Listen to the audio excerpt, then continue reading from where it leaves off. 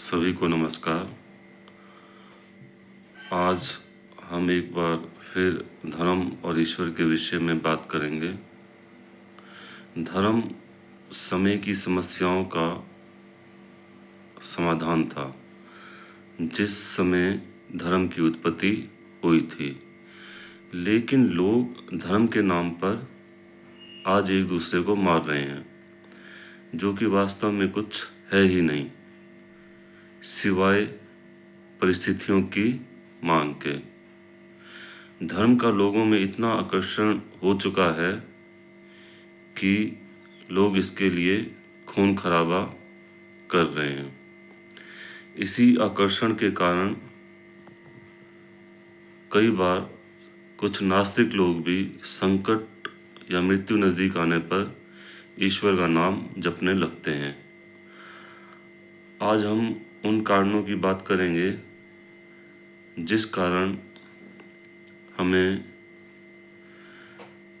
मुझे ईश्वर की सत्ता में विश्वास नहीं हो पा रहा है। ज़्यादातर धर्मों की मान्यता यह है कि आत्मा अनश्वर है और यह नश्वर शरीर के माध्यम से अपनी उपस्थिति दर्ज कराती है। इसी मान्यता के आधार पर पुनर्जन्म की अवधारणा अस्तित्व में आई है। पुनर्जन्म कर्मों के सिंचित फलों के आधार पर तय होता है, ऐसा धार्मिक ग्रंथ बताते हैं। मूर्ति पूजा, अवतारवाद, पुनर्जन्म, सिंचित कर्मों का फल, ये सब मान्यताएं मानव के जहन में गहरी जड़ें जमा चुकी हैं। इन मान्यताओं पर सवाल उठाने वाले लोग नास्तिक माने जाते हैं, लेकिन कुछ सवाल ऐसे हैं जो फिर भी जिसका हम जवाब नहीं ढूंढ पाते। प्रायः हिंदू धर्म में विवाह का बंधन 7 जन्मों तक माना जाता है, लेकिन शायद ये कोई नहीं जानता कि उनकी वर्तमान शादी पहले जन्म की है या आखिरी जन्म की। कहीं ऐसा तो नहीं कि ये आपका 7वां जन्म हो और अगला जन्म आपका बिछड़ने का जन्म हो। इसके अलावा एक सवाल और यह उठता है कि जब हमें ना तो अपने अगले जन्म की याद है और ना ही पिछले जन्म की याद है, तो हम किस आधार पर ये मान लेते हैं कि पुनर्जन्म की अवधारणा सत्य है। आखिर किस आधार पर हम अगले जन्म की चिंता में इस जन्म में अपने शरीर पर कष्टों का बोझ ढोते रहते हैं। धर्म की अधिकतर मान्यताएं पुरानी आर्थिक और सामाजिक व्यवस्था की उपज हैं, क्योंकि पुराने समय में हमें उन सवालों का सामना करना पड़ा जो समाज के लिए नए थे और जिनकी व्याख्या इतिहास में कहीं नहीं थी। पुनर्जन्म की अवधारणा के पीछे भी हमारी सामाजिक व्यवस्था जिम्मेदार है, लेकिन समर्थन उसको धर्म के माध्यम से ही मिलता है। गरीब लोगों को ये विश्वास दिलाया जाता है कि उनकी गरीबी का कारण वे स्वयं हैं। पिछले जन्मों के बुरे कर्मों का दंड उनको इस जन्म में भुगतना पड़ रहा है, इसलिए इस जन्म में अच्छे कर्म करके अपने अगले जन्म को बेहतर बनाओ। इस व्यवस्था के होने से निर्धन लोग अपनी निर्धनता का कारण आर्थिक और वर्तमान सामाजिक व्यवस्था को ना मानकर खुद को दोषी मानने लगते हैं। साथ ही निर्धन को भगवान की भक्ति का मार्ग सुझाया जाता है, जिसके माध्यम से वे पुण्य अर्जित कर सकते हैं, और धनी लोग मंदिर बनाकर पुण्य अर्जित करते हैं। इससे धनी लोगों को संपत्ति सुरक्षा का आश्वासन मिल रहा है और इसके साथ ही धनी लोगों से मंदिर के लिए धन भी मिलने लगा, और उनको यह आश्वासन दिया गया गरीब लोगों को कि वे धन देकर भी, गरीब और अमीर दोनों को, कि वे धन देकर पुण्य कमा सकते हैं। गरीबों को ये भी आश्वासन दिया गया कि उनके कष्टों को दूर करने हेतु भगवान स्वयं अवतार लेकर आएंगे, और यहीं से मूर्ति पूजा और अवतारवाद का जन्म हुआ है।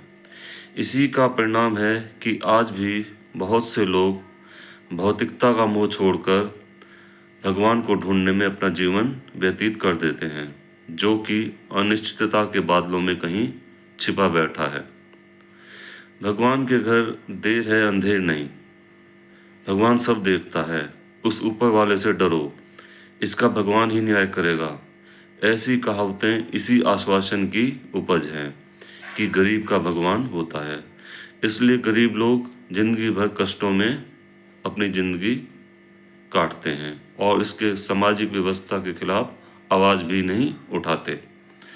साथ ही धनी लोगों को ये भी बताया जाता है, जैसे एक भक्त भगवान के प्रति पूर्ण समर्पण का भाव रखता है, वैसे ही उसको राजा के प्रति समर्पण का भाव रखना चाहिए और उसको राजा की हर आज्ञा का पालन करना चाहिए। ये उसे अपना कर्तव्य समझना चाहिए। इससे राज्य में विद्रोह की समस्या कम हो जाती है और राजा के प्रति नैतिक भावना बनी रहती है। जिस तरह से यह सामंती व्यवस्था बनी हुई है, ठीक ऐसे ही देवताओं के मध्य में यह व्यवस्था बना दी गई। 2 या 3 देवताओं को मुख्य देवता मानकर बाकी को गौण देवता की उपाधि दी गई। इसका उदाहरण आप शिव परिवार से समझ सकते हैं, जिसमें शिव को मुख्य देव और बाकियों को गौण देवता माना गया है। इस तरह से असंतोष को धर्म के माध्यम से दबा दिया जाता है। ऐसे ही इस्लाम धर्म की उत्पत्ति हुई। पुराने समय में राजनीतिक और आर्थिक मांग थी कि विभिन्न कबीलों को एक साथ इकट्ठा कर दिया जाए ताकि एक मजबूत राज्य की स्थापना की जाए जिसमें आसानी से व्यापार हो सके। इसके लिए हजरत मोहम्मद साहब ने राजनीतिक और धार्मिक शक्तियों को एक ही व्यक्ति में सीमित कर दिया और खुद को एक राजा के साथ साथ पैगंबर भी घोषित कर दिया। अगर सिख, बौद्ध, जैन व अन्य धर्मों की उत्पत्ति पर नज़र डाली जाए तो मालूम होता है कि ये सब उस समय की परिस्थितियों की उपज थी। उस समय जिस बदलाव व सुधार की मांग थी, वे ये धर्म ही लेकर आए और लोकप्रिय होते चले गए। धार्मिक मान्यताएं तो केवल परिस्थितियों की उपज थी, लेकिन वर्तमान में अब भी बहुत सी चीज़ें आपको देखने को मिलती होंगी जो आपकी समझ से परे होती हैं। अब होता क्या है, आपकी समझ से परे प्रत्येक चीज़ को आप जादू, कोई करिश्मा या भगवान का अस्तित्व इसकी संज्ञा दे देते हैं। अब हमें इस बात का अगर ज्ञान नहीं है कि किसी व्यक्ति की कोई समस्या कहीं मंदिर में जाने से या किसी गुरु के पास जाने से हल हो जाती है, वो एक